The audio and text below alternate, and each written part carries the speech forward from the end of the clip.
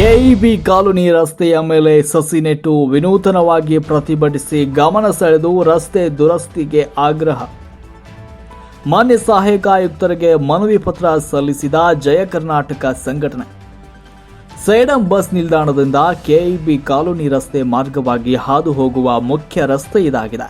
ತಾಲೂಕಿನಲ್ಲಿ ಆಡಳಿತ ಕೇಂದ್ರವಾಗಿರುವ ಮಿನಿ ವಿಧಾನಸೌಧ ಮತ್ತು ಸರ್ಕಾರಿ ಪ್ರಥಮ ದರ್ಜೆ ಕಾಲೇಜು, ಮಾತೃಛಾಯಾ ಕಾಲೇಜು, ಸರ್ಕಾರಿ ಸ್ವತಂತ್ರ ಪದವಿ ಪೂರ್ವ ಕಾಲೇಜು, ವಿದ್ಯಾನಗರ ಹಾಗೂ ವೆಂಕಟೇಶ ನಗರಕ್ಕೆ ಹೋಗಲು ಇದು ಬಹಳ ಸಮೀಪವಾದ ರಸ್ತೆಯಾಗಿದೆ. ಪ್ರತಿದಿನ ಈ ರಸ್ತೆಯ ಮಾರ್ಗವಾಗಿ ಸಾವಿರಾರು ಜನರು ಓಡಾಡ್ತಿರ್ತಾರೆ.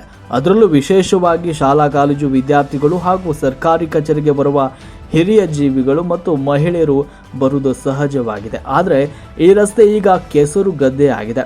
ಜನರು ಓಡಾಡೋದಕ್ಕೆ ಹರಸಾಹಸವನ್ನ ಪಡ್ತಿದ್ದಾರೆ. ಇದನ್ನು ಗಮನಿಸದಂತೆ ಇರುವ ಚುನಾಯಿತ ಪ್ರತಿನಿಧಿಗಳು, ಸಂಬಂಧಪಟ್ಟ ಅಧಿಕಾರಿಗಳು ಆದಷ್ಟು ಬೇಗನೆ ಇದಕ್ಕೆ ಕಾಯಕಲ್ಪ ಒದಗಿಸಬೇಕಾಗಿ ವಿನಂತಿಸಲಾಗಿದೆ.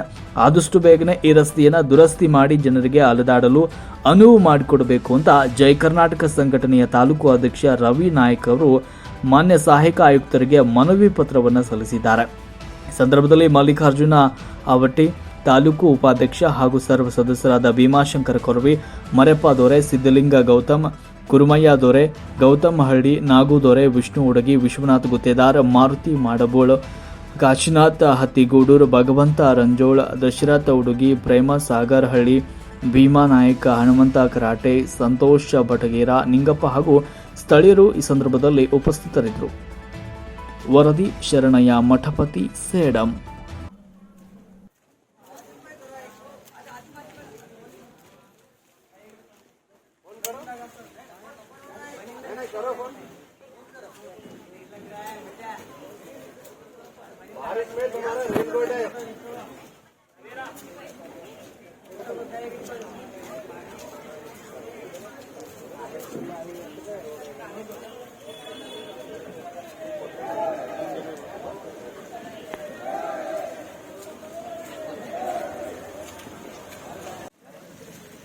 ಜಯ ಕರ್ನಾಟಕ ಸಂಘಟನೆಗೆ, ಜಯ ಕರ್ನಾಟಕ ಸಂಘಟನೆಗೆ, ಅಣ್ಣ ಮುತ್ತಪ್ಪರಯ್ಯ ಅವರಿಗೆ.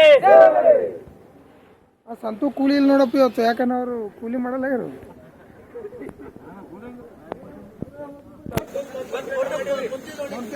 ಪೇಮೆಂಟ್ ಆಗ್ಯದ.